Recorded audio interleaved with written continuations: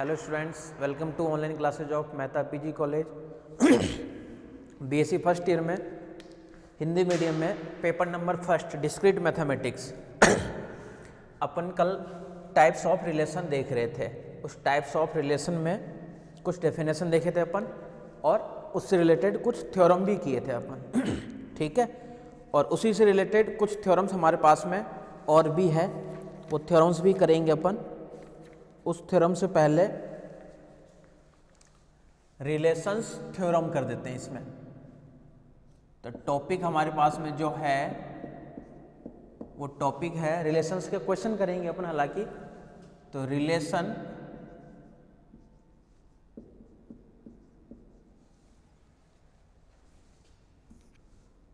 Theorem,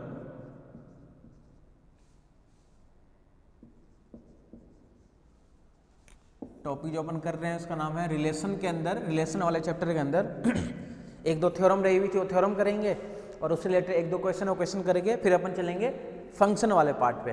हालांकि function वाले part के अंदर ज़्यादा वो नहीं है, एक दो डेफिनेशन वगैरह देख करके फिर अपन यूनिट नंबर सेकंड में चलेंगे। ठीक है, अब आ जाओ थ्योरम। देखो कुछ थ्योरम अपन किए थे लास्ट लेक्चर में, कुछ थ्योरम अपन आज कर रहे हैं। उस थ्योरम का नाम है हमारे पास में फर्स्ट थ्योरम, काफी अच्छा थ्योरम है। किसी अरिक्त समुच्चय पर परिभाषित अरिक्त समुच्चय पर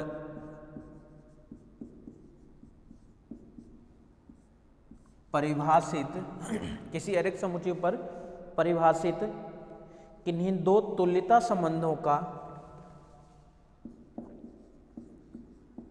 किन्हीं दो तुल्यता संबंधों का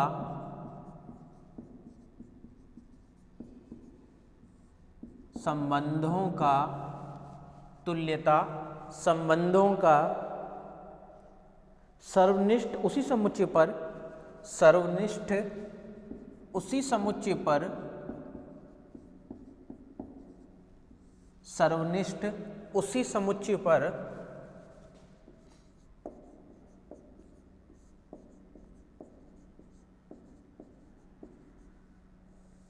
उसी समुच्चय पर सर्वनिष्ठ उसी समुच्चय पर एक तुल्यता संबंध होता है। सर्वनिष्ठ उसी समुच्चय पर एक तुल्यता संबंध होता है। तुल्यता संबंध होता है। क्लियर है? इंपॉर्टेंट थ्योरम है, काफी ज्यादा इंपॉर्टेंट है और कई बार पूछ भी रखा है इसको।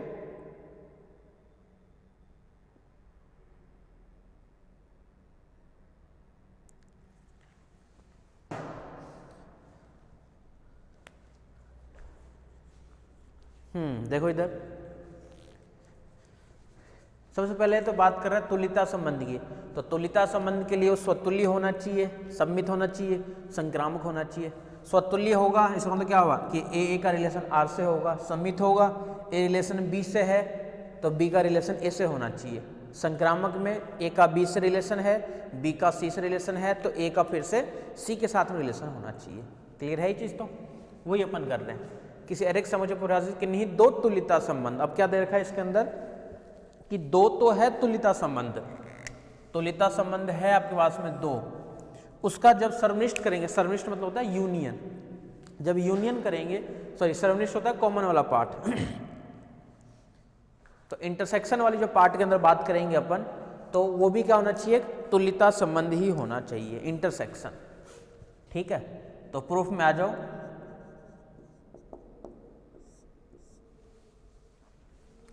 माना कि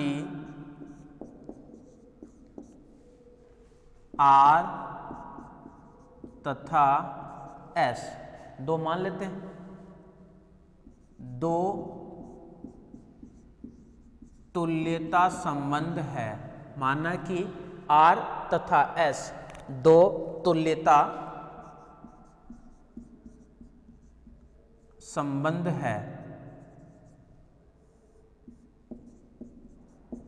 है, माना कि R तथा S दो तुल्यता संबंध है। अब ध्यान से देखना इधर, R तथा S है, हमें क्या दिखाना है, क्या R इंटरसेक्शन S होगा? ठीक है, हमें R इंटरसेक्शन S को तुल्यता संबंध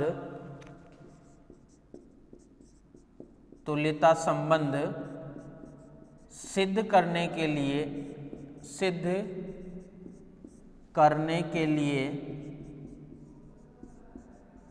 तुल्यता संबंध सिद्ध करने के लिए फर्स्ट पार्ट क्या क्या दिखाना पड़ेगा? सबसे पहले अपन दिखा देते हैं स्वतुल्य।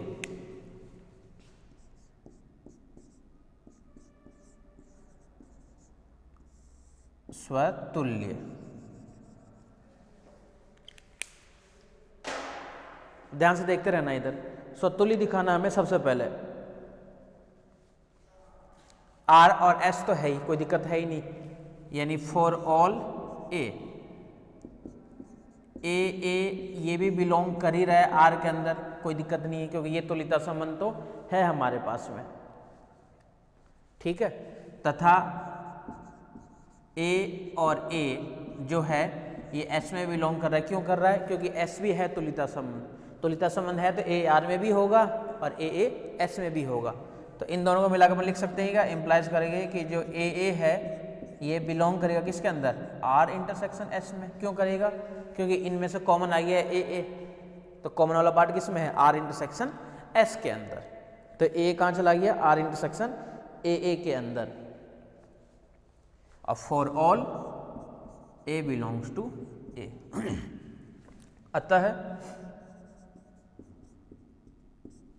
अतः अपन कह सकते हैं कि R इंटरसेक्शन S स्वतुल्य है।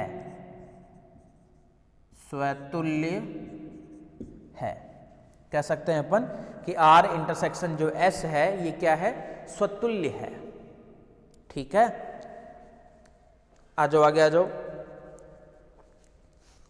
R इंटरसेक्शन S स्वतुल्य है। सेकेंड वाले पार्ट पे आ जाओ। सेकेंड वाला पार्ट क्या हमारे पास में? सममित के लिए। तो second part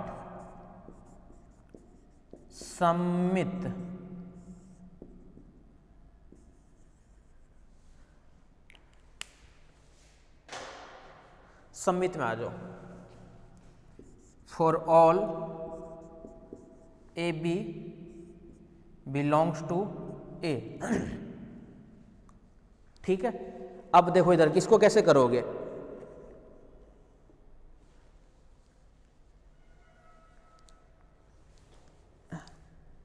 AB R intersection S सममित दिखाना हमें। सममित का मतलब क्या हुआ कि अपन ये लिख सकते हैं, ध्यान से देखना इधर, कि AB अगर बिलोंग कर रहा है R इंटरसेक्शन S में, ध्यान से देखना इधर, इसका मतलब क्या हुआ कि BAB R इंटरसेक्शन S में ही होना चाहिए। तो अगर AB R इंटरसेक्शन S में है तो इसको अपन ये लिख सकते हैं क्या कि जो AB है वो बिलोंग करेगा R में, एंड यही जो AB है ये बिलोंग करेगा S में।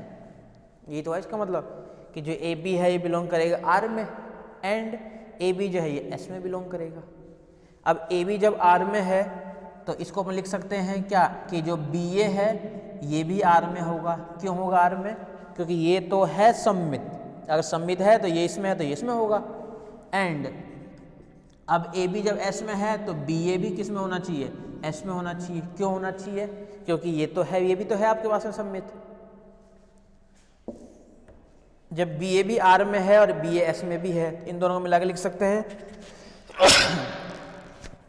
सॉरी, BA दोनों को कॉमन लेके इंप्लाइज करके अपन ये भी लिख सकते हैं कि जो BA है ये कहाँ बिलोंग करेगा? R इंटरसेक्शन S में, फॉर ऑल AB के लिए। ठीक है, कई चीज भी बहुत ही आसान है, बस दिखाना है आपको। अच्छा स्वतुल्य है, स्वयं के तुल्य दिखाना है। सममित दिखा रहा है, अच्छा सममित दिखाना है तो ए बी किसके लिए दिखा रहा है। ठीक है, तो ये हो गया हमारे पास में स्वतुल्य, एक हो गया हमारे पास में सममित के लिए। अब आ जाओ थर्ड वाले पार्ट पे, संक्रामक।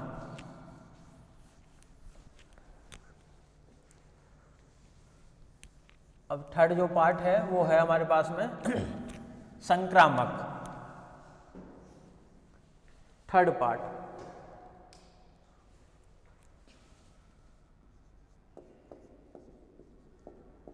संक्रामक संबंध।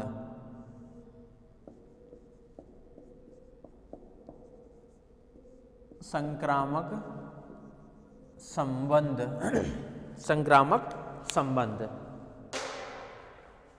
अब देखो इधर संक्रामक संबंध के लिए, संक्रामक संबंध के लिए हमें फिर से वही चीज है।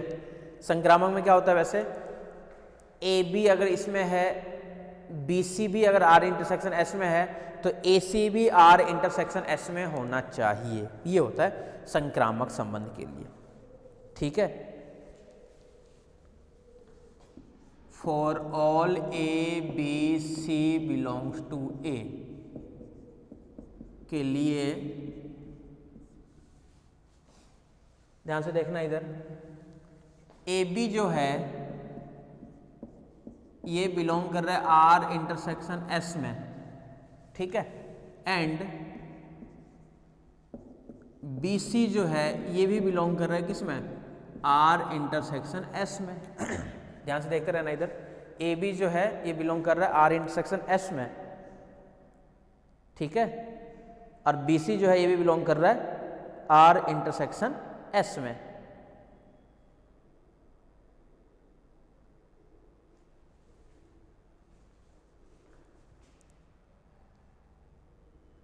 ठीक है यहां तक। अब इधर ध्यान से देखना, इसको अपन अलग अलग ओपन कर देते हैं। हमें क्या दिखाना है कि ये प्रूफ होता कैसे भी क्या आ जाए कि जो ए सी जो है ना ये भी बिलोंग करना चाहिए आर इंटरसेक्शन एस में। हमें यही तो दिखाना है। तो हमें टारगेट क्या है कि ए सी को हमें आर इंटरसेक्शन एस में दिखाना है। इसको हमें किस में दिखाना है, आर इंटरसेक्शन एस में दिखाना है। बस इसी को ध्यान से देखना है। ठीक है, अब आ जाओ और देखो इधर ध्यान से,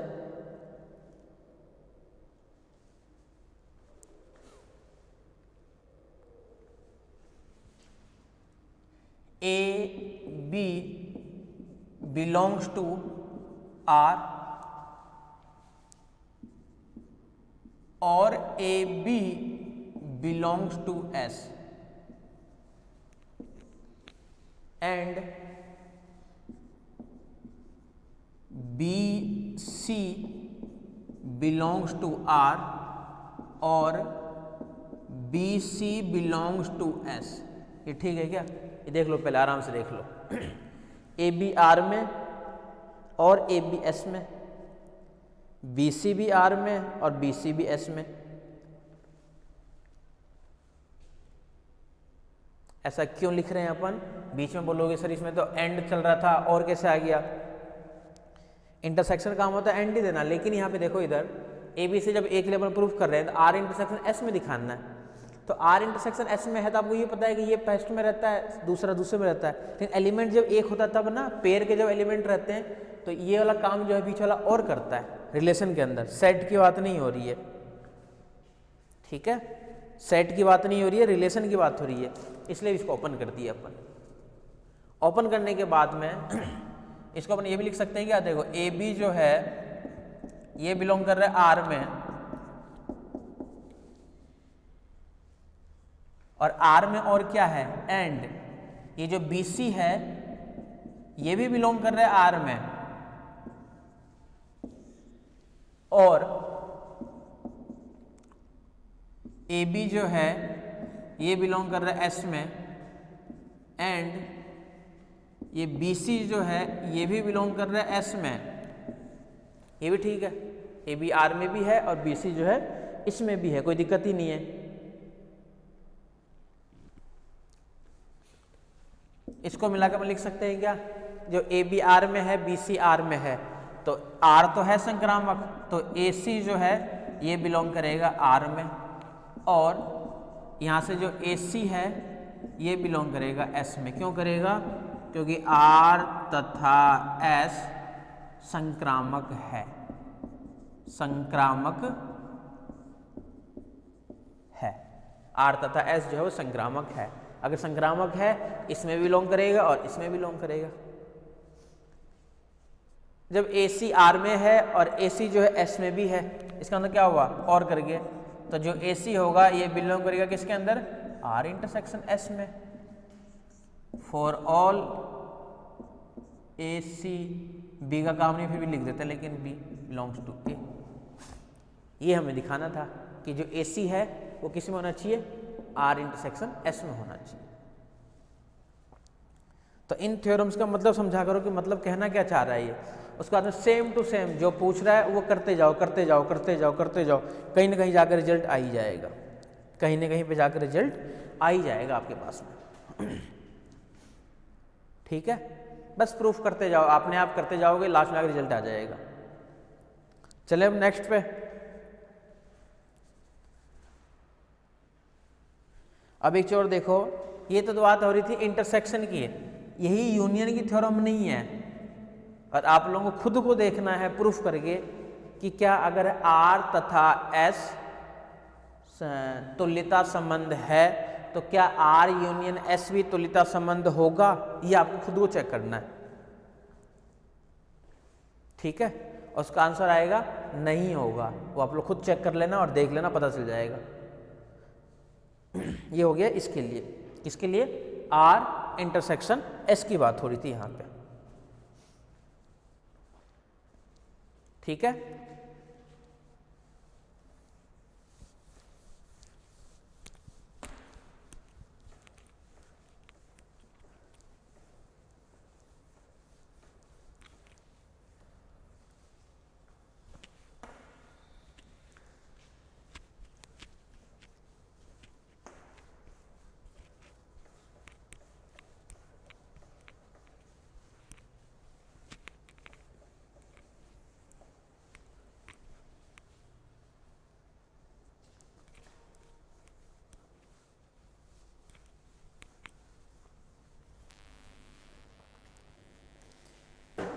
एक क्वेश्चन बाजो, अच्छा क्वेश्चन है, पूछ रखा है कई बार। माना वास्तविक संख्याओं के समुच्चय, क्वेश्चन है हालांकि लेकिन थ्योरम की तरह ही कर, तो करो इसको भी।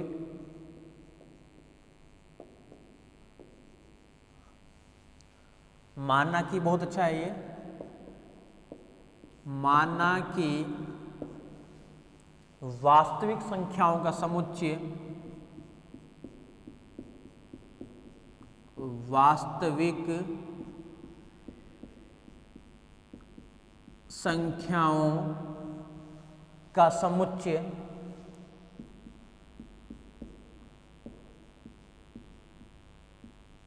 माना कि वास्तविक संख्याओं का समुच्चय आर पर परिभाषित कोई संबंध, आर पर परिभाषित, आर पर परिभाषित कोई संबंध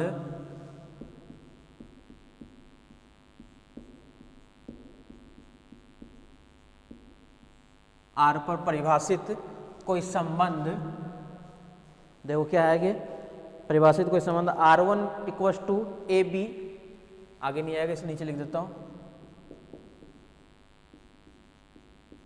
ए बी समुच्चय है A B, 1 plus A B greater than 0, 1 plus A B greater than 0, और A B belongs to R, और A B belongs to R, A B belongs to R है। तो बताइए कि R1 है तो बताइए कि R1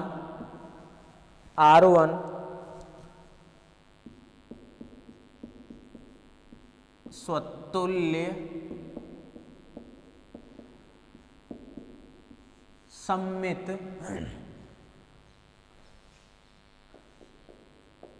तथा संक्रामक है अथवा नहीं।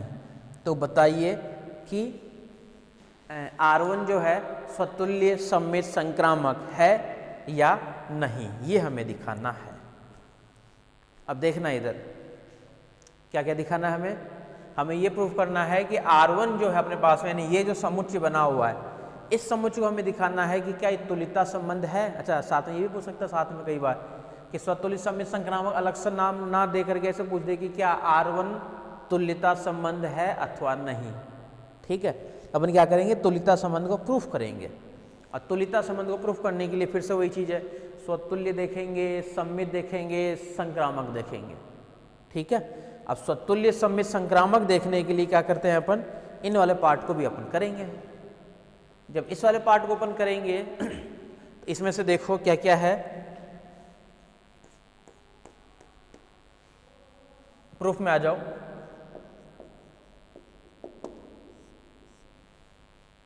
ए बी बिलोंग्स टू आर में है ही, समुच्चय जो अपने पास में है R1 वो क्या क्या है, इसमें तो ए बी पेयर के अंदर एलिमेंट है और 1 प्लस ए डॉट बी को ग्रेटर देन 0 दिखाना है। और ए बी जो है ये रियल नंबर में से लेना है, मतलब आयोटा वगैरह ये सब कुछ भी नहीं लेना आपको, हमें रियल नंबर वगैरह यही सब लेना है। ठीक है, हमें तो प्रूफ करना है कि क्या ये सब है या नहीं है। आ जाओ सबसे पहले फर्स्ट पार्ट पे, स्वतुल्य चेक करते हैं। सबसे पहले फर्स्ट पार्ट,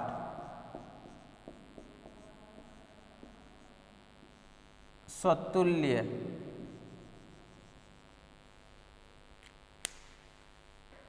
स्वतुल्य। ठीक है, सबसे पहले देख रहे हैं अपन स्वतुल्य। स्वतुल्य में आ जाओ, किसके लिए दिखाना, हमें तो खुद के लिए दिखाना है। For all A for all A same ही है, बिलोंग्स टू आर की बात हो रही है, रियल नंबर की। ठीक है,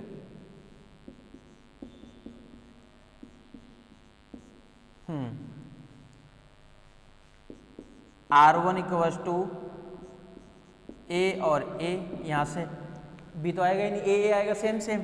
यहाँ भी क्या मिलेगा, 1 प्लस ए डॉट ए यानी ए स्क्वायर, ये ग्रेटर देन 0 ऑलवेज होगा। क्यों होगा, ये तो रियल नंबर ही है, और स्क्वायर है तो नेगेटिव देते तो पॉजिटिव बना देगा, आयोटा देगा नहीं, और एक को ऐड और करवा रहा है तो ये हमेशा ग्रेटर देन 0 ही होगा। ये ठीक है स्टेटमेंट।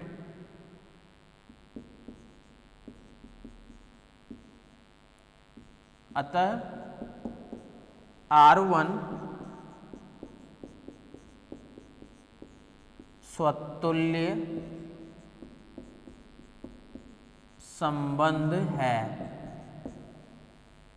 ठीक है, क्या दिखा दिया अपन कि जो R1 है वो क्या है, स्वतुल्य संबंध है। क्यों है, क्योंकि ए और ये हमेशा बिलोंग क्या करेगा, 1 प्लस ए स्क्वायर हमेशा ग्रेटर देन 0 होगा। क्यों होगा, क्योंकि ए लेना है रियल नंबर में से, रियल नंबर में आयोटा तो लेना है नहीं, रियल नंबर में और क्या बचता है, या तो माइनस बचेगा, माइनस लोगे तो माइनस का स्क्वायर फिर से पॉजिटिव ही करेगा, ये माइनस का स्क्वायर फिर से पॉजिटिव ही करेगा। ये इसका मतलब क्या हुआ कि 1 प्लस ए स्क्वायर जो है क्या है, ग्रेटर देन 0 है ये।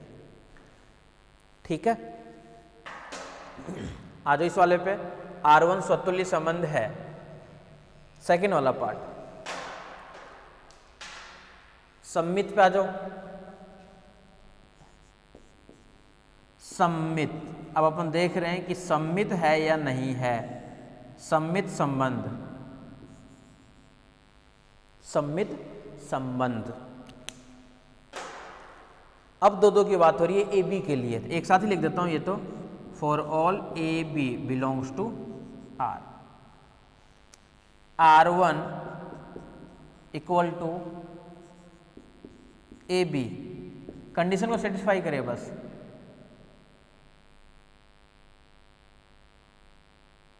वन प्लस ए बी के लिए क्या है, A dot B, A dot B greater than 0, A B greater than 0। ध्यान से देखते रहना इधर सम्मित वाले पार्ट को, ग्रेटर देन 0, ठीक है। इम्प्लाइज, अब डायरेक्ट लिख देता हूं, तो क्या 1 प्लस बी डॉट ए की बात करें तो ये भी ग्रेटर देन 0 होगा। क्यों होगा, क्योंकि जब ए और बी दोनों रियल नंबर है तो 2 इंटू 3 करो या 3 इंटू 2 करो हमेशा इक्वल ही आएगा। तो 1 प्लस ए डॉट बी जब ग्रेटर देन 0 है तो 1 प्लस बी डॉट ए भी ग्रेटर देन 0 होगा। क्यों होगा, क्योंकि ए बी जो है बिलोंग कर रहा है आर में। तो इसका मतलब क्या हुआ कि R1 इक्वल टू, इसको अगर मैं चेंज भी कर दूं, यानी B A 1 plus B dot A ये भी ग्रेटर देन 0 होगा। अतः ये लिख लो, अतः R1 सममित संबंध है। अतः R1 सममित संबंध है, ठीक है। पता चल गया ना क्यों है।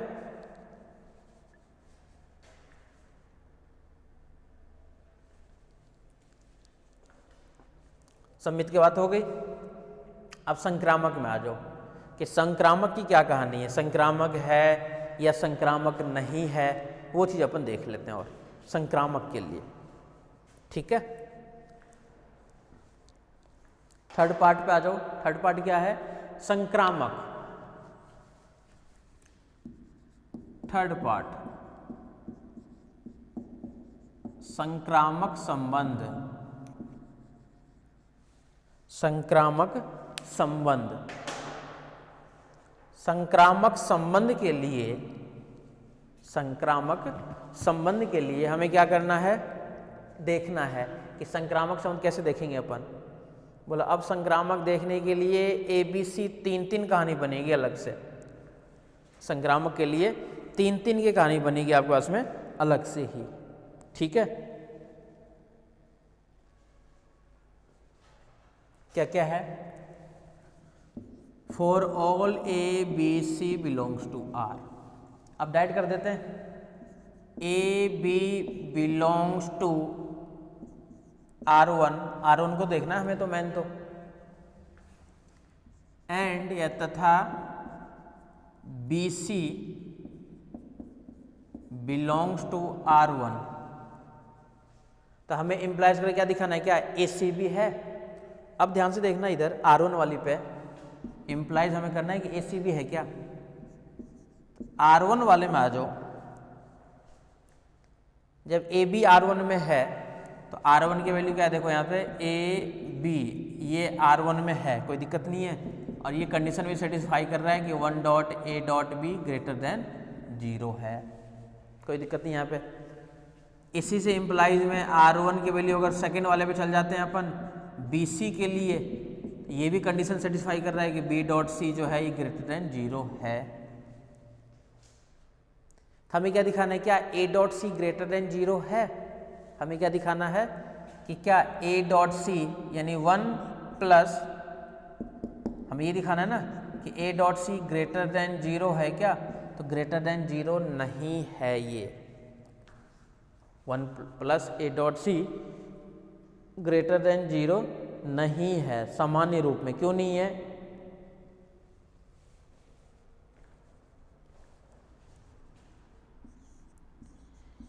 A तो ले लेता हूं मैं 1, B ले लेता हूं -1/2, C ले लेता हूं -1, चलो प्लस में ले लो। अच्छा एक चीज़ और ध्यान रखना, हमेशा कंट्राडिक्शन ढूंढने की कोशिश करो, इसमें तो कोई दिक्कत थी नहीं। इसमें ये देखो ना, हो रहा है जिससे वो हमें नहीं देखना है, जिससे नहीं हो रहा है। नहीं हो रहा है इन द सेंस कि देखो इसको ऐसे भी फॉर्मेट लिख सकते हो कि A dot B greater than 0 है, 1 plus A dot B greater than 0 तथा 1 प्लस B डॉट C भी ग्रेटर देन 0, लेकिन implies 1 plus A dot C not greater than 0। क्यों नहीं है, तो जो होगा वो नहीं देखने का, आप उसी से एक 1 1 1 ले लिए, जो नहीं होता हमेशा वो देखना होता है। बोला अगर ये वैल्यू अपन ले A की जगह 1 तो ए की जगह 1 तो ठीक है, बी की जगह 1/2, मतलब बी की जगह 1/2, बोले इसके अंदर रखें अगर ए की जगह 1 बी की जगह 1/2, तो ई ग्रेटर देन 0 है, ठीक है। यहाँ पे बोला बी की जगह 1/2 लेना है, कोई दिक्कत नहीं है, बी की जगह 1/2 लेना है, और सी लेना है -1,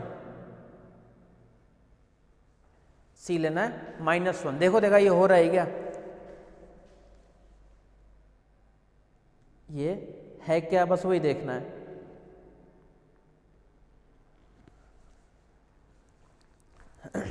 देखो पहले वाले में अगर रखें अपन तो 1 प्लस ए और बी, ए डॉट बी 1 1/2 यानी 1/2, यानी 1 प्लस 1/2 के कितना में क्या बनेगा ये 3/2, ये तो ग्रेटर देन 0 है। एंड सेकेंड वाले में ध्यान से देखना 1 प्लस बी डॉट सी, तो बी तो है 1/2 और सी है -1, तो यहाँ से क्या मिलेगा 1/2 और -1, ये ग्रेटर देन 0 ये भी है, क्यों है, क्योंकि देख लो इधर -1/2 तो 1 -1/2 1/2 बचा है यहाँ से, यानी इसको डायरेक्ट लिख दूँ मैं -1/2 की जगह +1/2, यानी 1/2 है ये भी ग्रेटर देन 0 है। बट ए डॉट सी, ए क्या है यानी 1 प्लस ए की वैल्यू है 1, सी की जगह 1, यानी यहाँ पे क्या मिलेगा -1, ये ग्रेटर देन 0 नहीं है। अतः R1 संक्रामक संबंध नहीं है, ये पता चल गया क्या कर दिया बीच में, R1 संक्रामक संबंध नहीं है, ये चला गया। मेन चीज ये बताओ पहले तो R1 संक्रामक क्यों नहीं है, कि R1 संक्रामक क्यों नहीं है। R1 संक्रामक इसलिए नहीं है क्योंकि अगर इस टाइप के मान लेते हो तो फर्स्ट कंडीशन को सेटिस्फाई कर रहा है, सेकंड कंडीशन को सेटिस्फाई कर रहा है, बट थर्ड कंडीशन को सेटिस्फाई नहीं कर रहा है। ये अगर थर्ड को सेटिस्फाई नहीं कर रहा है तो संक्रामक नहीं है, क्योंकि हमें थर्ड ही तो देखना होता है कि थर्ड सेटिस्फाई है या नहीं है। इसका मतलब क्या हुआ कि ये जो हमारे पास में था ये संक्रामक नहीं है, इसका मतलब क्या, ये तुल्यता संबंध नहीं है।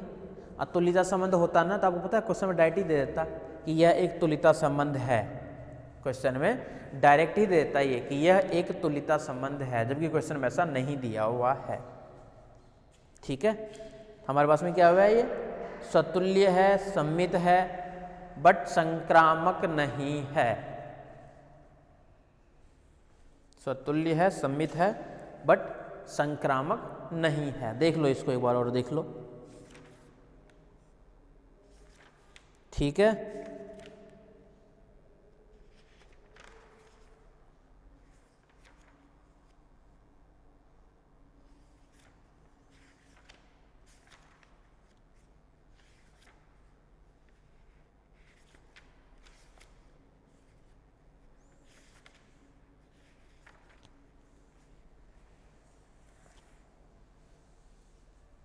चले आगे। एक चीज़ और बता दूं कि यूनिट नंबर जो फर्स्ट है ना, इस यूनिट नंबर फर्स्ट में फर्स्ट चैप्टर आप लोग बहुत अच्छे से कर लिया, हालांकि फर्स्ट चैप्टर में से ही दोनों क्वेश्चन आप लोग अटेम्प्ट कर लोगे। एक आध बार मिक्स हो रखा है, तो एक आध बार मिक्स हो रखा है वो सेकंड वाले से, तो सेकंड में यहाँ तक तो बहुत कर लिए मैटर आप लोगों ने। मैं दूसरा मैटर भी कर रहा हूँ, जरूरी नहीं है कि ये सब आपको करना ही है। पहला चैप्टर को बहुत अच्छे से कर लो, दूसरे चैप्टर में केवल 2.1 कर लो बहुत अच्छे से, और 2.2 कर लो तो और अच्छी बात है। बस प्रांत परिसर ये सब निकालना था, और 2.2 मैट्रिक्स फॉर्मेट देखे थे, बस वो देख लो। ये सब पूरा आगे वाला नहीं करोगे तो भी कोई दिक्कत नहीं है, तो भी पूरा क्वेश्चन अटेम्प्ट होगा आपके पास में, ठीक है। तो इसी के बाद में इसी चैप्टर में सेकेंड चैप्टर में ही, चैप्टर का नाम ही था हमारे पास में रिलेशंस एंड फंक्शन, तो ये था हमारे पास रिलेशंस के लिए। फंक्शंस के लिए ज़्यादा डीप में अपने को जाने की जरूरत नहीं है, क्योंकि अपने पास में क्वेश्चन अटेम्प्ट हो रहा है, और अभी एक यूनिट ही थोड़ी आगे हमारे पास 5 यूनिट्स है, अभी तो 4 यूनिट्स और है हमारे पास में। लेकिन फिर भी फंक्शंस में से 2-4 डेफिनेशन जो है कई बार पूछ लेता है, तो वो फंक्शंस की कुछ डेफिनेशन मैं और बता देता हूँ साथ में, फिर अपन नेक्स्ट यूनिट की तरफ चलेंगे, ठीक है।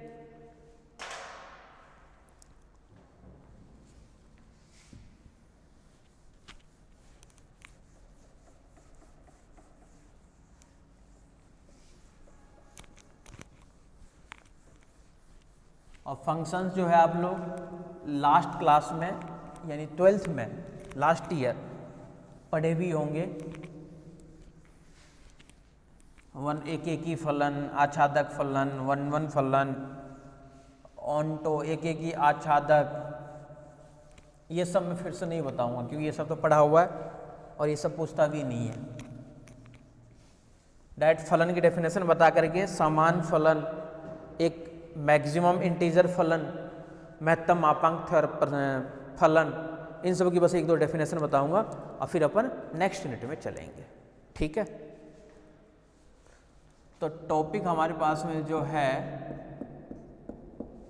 फंक्शंस।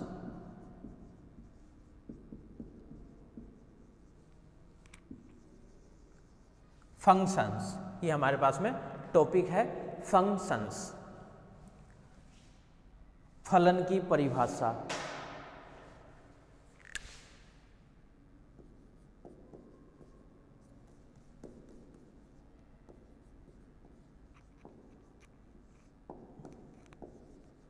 फलन, सबसे पहले फलन की डेफिनेशन देखेंगे अपन।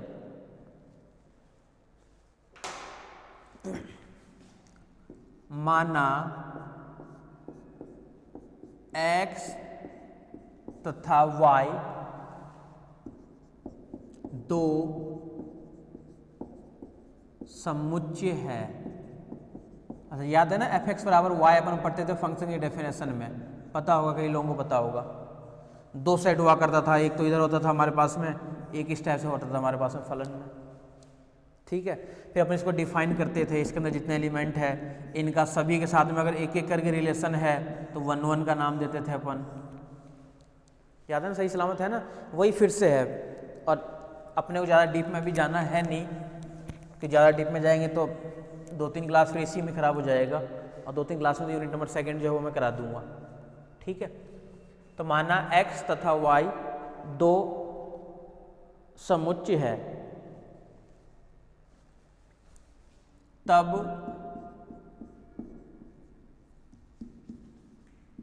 x क्रॉस y का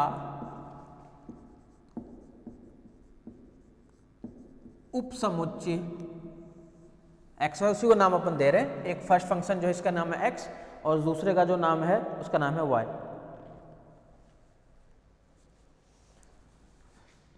f समुच्चय x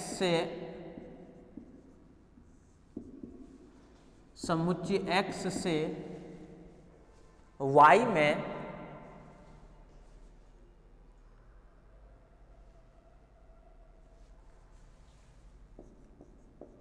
समुच्चय y में एक फलन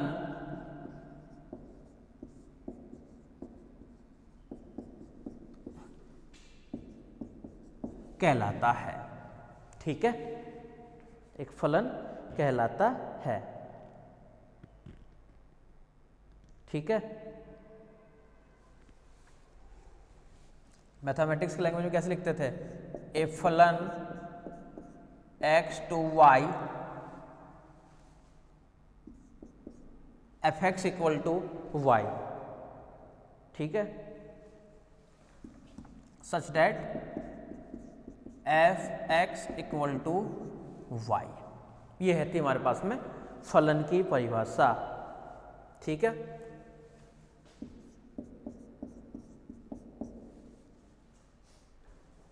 फंक्शन देखना था हमें, हम डायरेक्ट देख लेते थे कि f(x) इक्वल टू y है क्या, तो हम कह देते थे कि ये फलन है। डिनोट करने का तरीका पता ही है फंक्शन को अपन, ये दो फलन है मान लिया, एक तो ये आपके पास में है, एक ये है, इसी का नाम दे रखा है, एक में तो x और एक का दे रखा है f(x) यानी y की तरफ। ठीक है, जिसको डिफाइन करेंगे अपन उसी टाइप से हमारे पास में फलन है ये f(x) इक्वल टू y। ठीक है, प्रांत,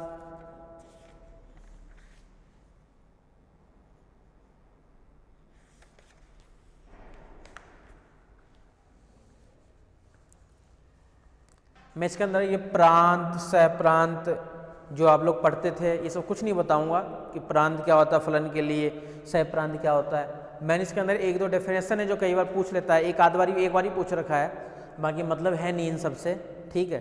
तो वो 2-3 डेफिनेशन है वो मैं लिखाना चाह रहा हूँ, ठीक है। बाकी अपने को ज़्यादा डीप में भी जाना है नहीं कि फिर प्रांत बताऊँ, फिर प्रांत का एग्जाम्पल कराऊँ, फिर परिसर में जाएँ, उस वाले में सह प्रांत पे जाएँ, फिर उससे रिलेटेड फिर फंक्शन को डिफाइन करें अपन, फंक्शन के टाइप्स ऑफ देखें कितने टाइप्स है, 1 है, ऑन्टो है, ये है। तो पहले बताया था कि 12th की तरह बीएससी के अंदर तो आप लोगों को पढ़ना है नहीं, इसके अंदर फिक्स सिलेबस होता है, फिक्स मैटर होता है, हमें वही देखना होता है, ठीक है। तो अपन ज़्यादा डीप में जाएंगे नहीं। इससे रिलेटेड 2-3 डेफिनेशन और है, वो तीनों डेफिनेशन और देख लेते हैं अपन एक बार।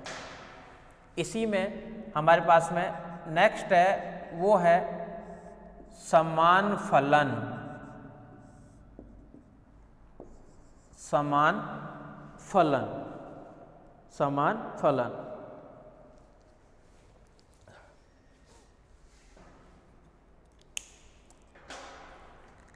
दो फलन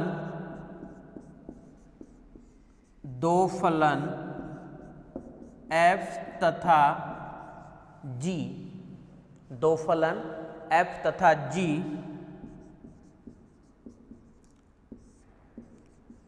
समान फलन, दो फलन f तथा g समान फलन कहलाते हैं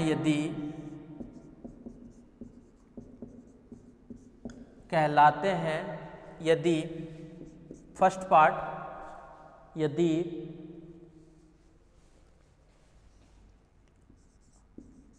उनके प्रांत तथा सहप्रांत एक ही है, एक ही हो।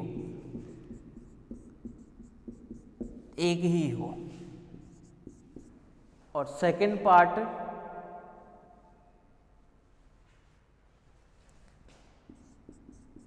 fx बराबर gx, उनके प्रांत के सभी अवयव के लिए, उनके प्रांत के सभी अवयव के लिए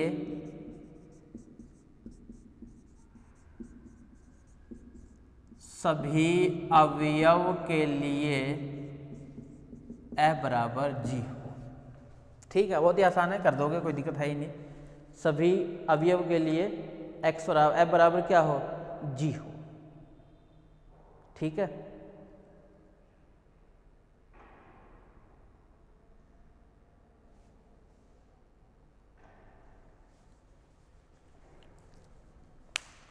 प्रांत वगैरह सब पता ही है, सह प्रांत वगैरह बताने की जरूरत नहीं है, आगे चलते हैं। अचर फलन और देख लो।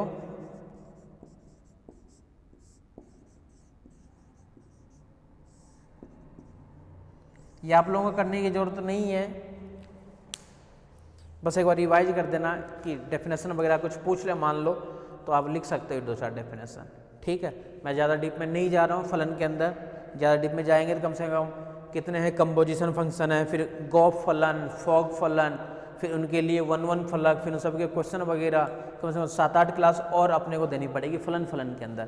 तो ज़्यादा डीप में नहीं जा रहे हैं क्योंकि दूसरे का भी दूसरा पार्ट है, यहाँ तक आने की जरूरत ही नहीं है आप लोगों को। लेकिन फिर भी मैं 1-2 डेफिनेशन लिख दिया जो फेमस डेफिनेशन है, जो कई बार पूछ लेता है। अचर फलन माना x तथा y दो समुच्चय है, दो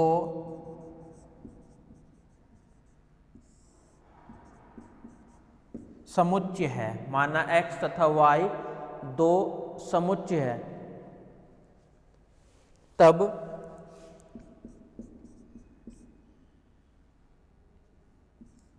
फलन x से y में एक अचर फलन, तब फलन x से y अचर फलन कहलाता है यदि अचर फलन कहलाता है यदि fx बराबर c हो।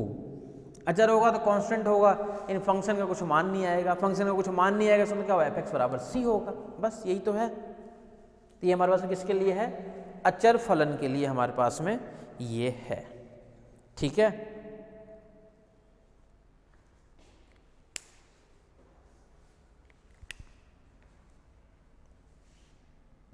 तत्समक फलन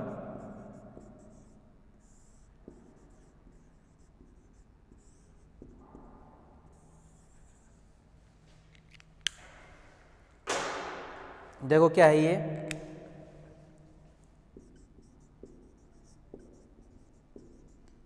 समुच्चय x पर परिभाषित फलन, समुच्चय x पर परिभाषित फलन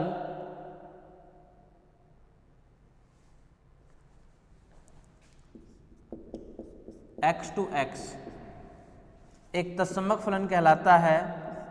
एक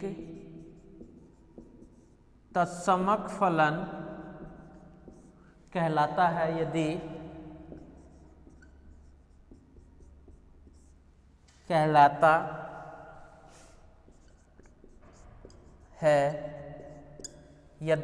तत्समक फलन कहलाता है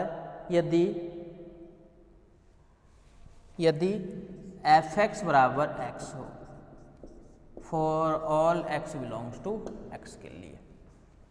पहले भी यही था डेफिनेशन, तत्समक है आइडेंटिटी, जो रिलेशन का डेफिनेशन है वो इसी के लिए। रिलेशन में क्या था कि जो ए है वो उसी के अंदर बिलोंग करना चाहिए था आइडेंटिटी वाले में, इसके अंदर एफ एक्स बराबर एक्स आ जाना चाहिए था। सेम ही तो है, कुछ चेंज तो है नहीं। तो समान फलन हो गया, अचर फलन हो गया, और एक हो गया आपके पास में तत्समक फलन। ठीक है,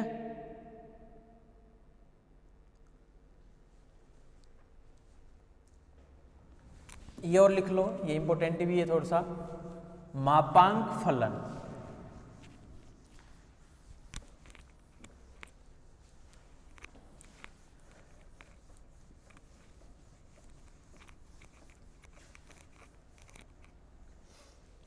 लिख लेनी है सब तो।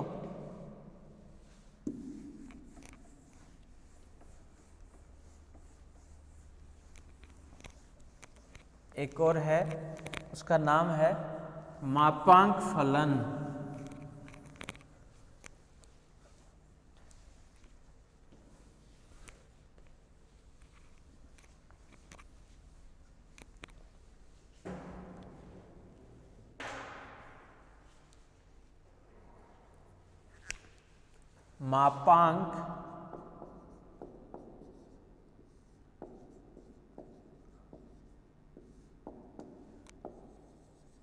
मापांक फलन। मापांक फलन क्या है ये भी देख लो।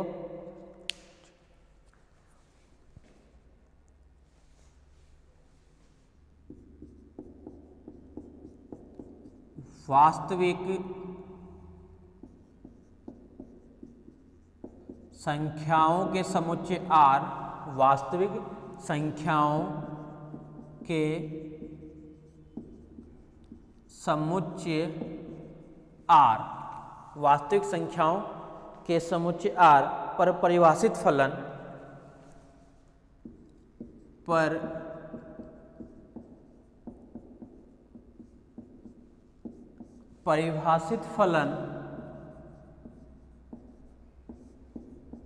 f R टू R,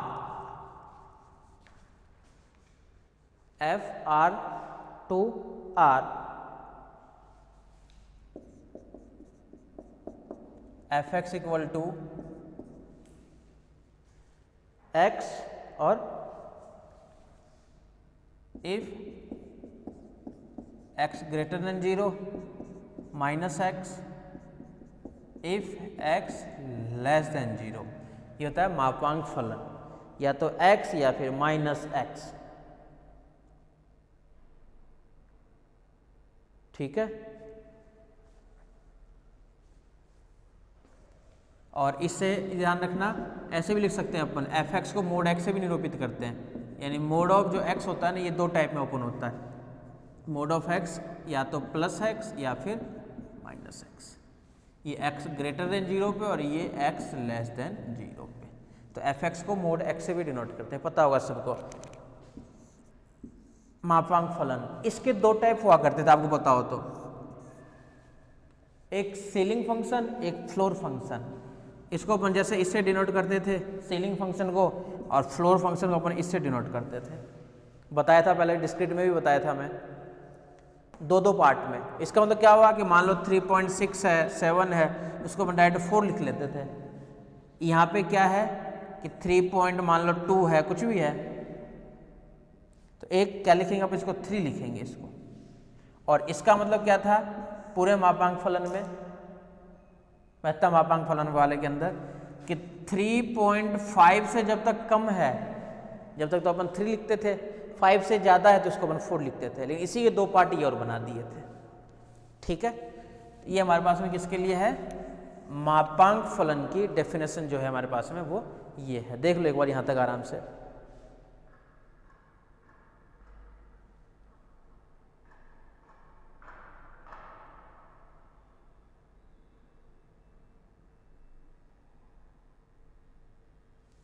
ठीक है, इसी के दो पार्ट है, वो लिखा नहीं रहा हूं, बस बता देता हूं। निम्नतमांक फलन, इसको अपन डिनोट करते हैं एफ एक्स बराबर इस वाले से। डायरेक्ट एग्जांपल ले लेते हैं। मान लो कहीं भी दिया हुआ है 3.6, तो अपन इसको 3 ही लिखेंगे। ठीक है, 3.6 है तो 3 ही लिखेंगे।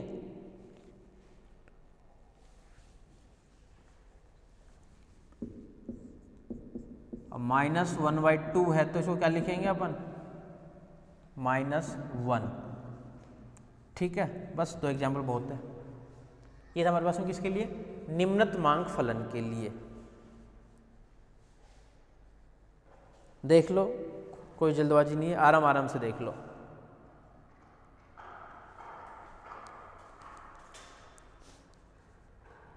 ठीक है,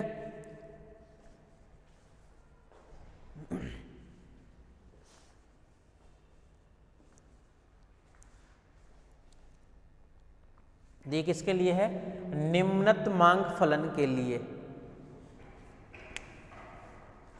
वो भी देख लो, उच्चतमांक, इसी के दो पार्ट है ये। उच्चतमांक फलन, उच्चतमांक फलन, इसमें डाल दूंगा वैल्यू x। ये क्या होता है, एफ एक्स, ऐसे डिनोट करते हैं इसको, उच्चतमांक फलन को। ठीक है,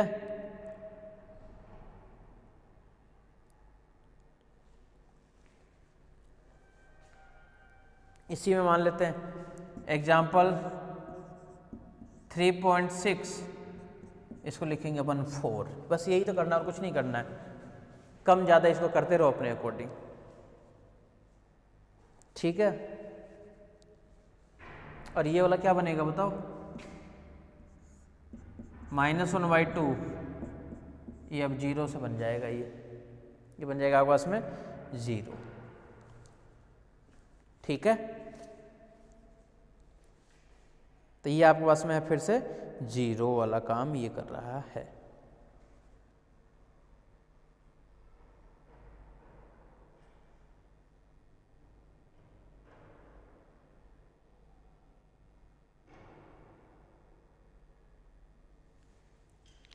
ठीक है, कोई दिक्कत नहीं है।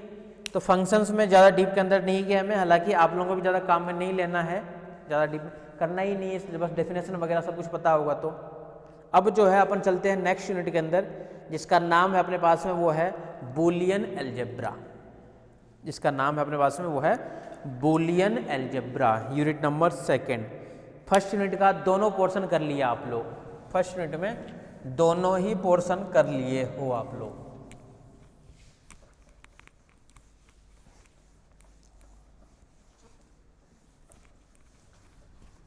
कंटिन्यूटी में ही चलेंगे इसके अंदर, सेकंड में चलेंगे फिर थर्ड पे चलेंगे, फिर फोर्थ पे चलेंगे और फिर फिफ्थ पे चलेंगे। इसी में हमारे पास जो नेक्स्ट है वो है यूनिट सेकेंड।